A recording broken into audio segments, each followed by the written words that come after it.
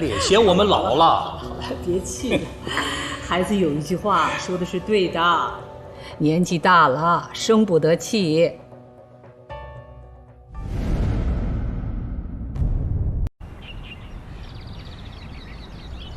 锦溪，哎，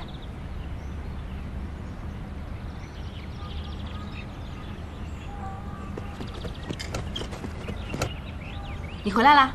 走，跟我去个地方。走啊！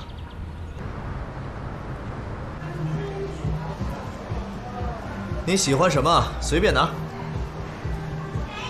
什么意思啊？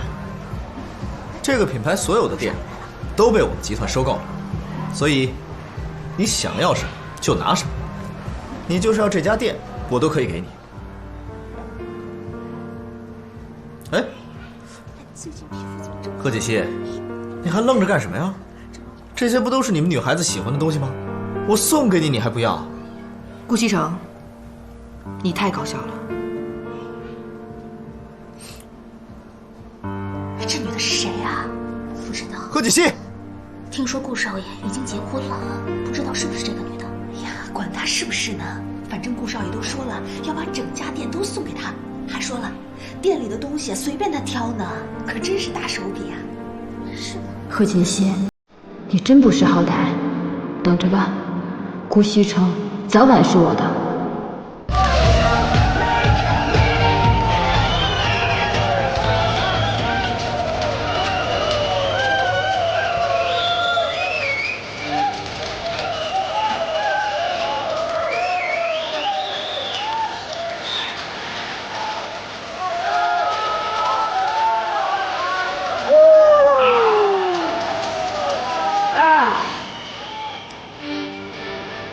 啊？顾少怎么不来了？人家没有时间啦。顾少现在跟我们在一起玩的次数是越来越少。他现在就是天天想着怎么去哄老婆，跟我们不一样的好吗？我还没见过他这个样子。何锦溪，你站住！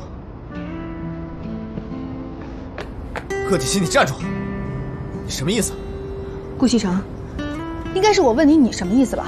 什么我什么意思？我好心送你礼物，你不要还给我甩脸色，你什么意思啊？送礼物起码要看对方喜欢的是什么东西吧。顾西城，你刚才在干什么？